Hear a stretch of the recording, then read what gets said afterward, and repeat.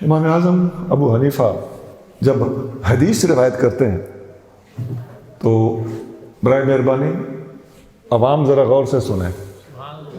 آپ کو کتابوں میں ملے گا امام اعظم ابو حنیفہ روایت کرتے ہیں اپنے استاد حضرت حماد سے، وہ روایت کرتے ہیں حضرت ابراہیم نخعی سے، وہ روایت کرتے ہیں حضرت اماں عائشہ صدیقہ سے.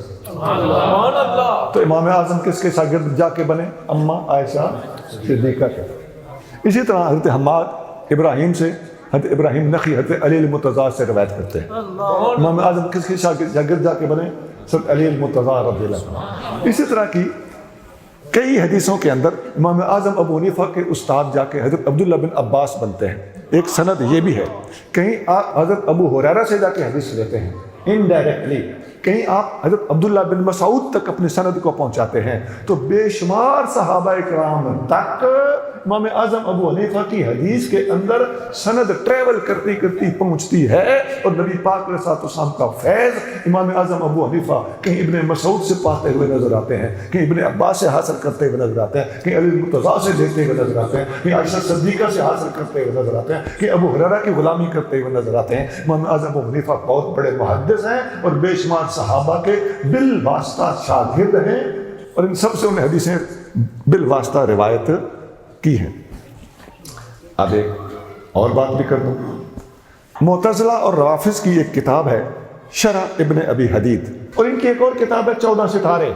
ان کتابوں میں یہ لوگ، ان کا طریقہ یہ کہ چونکہ حنیف نہیں ہے یہ لوگ، حنیفیت سے ان کو غرض ہی کوئی نہیں، تو یہ اس قسم کی سلیکشن بتاتے ہیں کہ دیکھیے جی امام ابو حنیفہ یہ اس سند کے لحاظ سے شاگرد بنتے ہیں حضرت علی المرتضیٰ رضی اللہ تعالیٰ عنہ کے.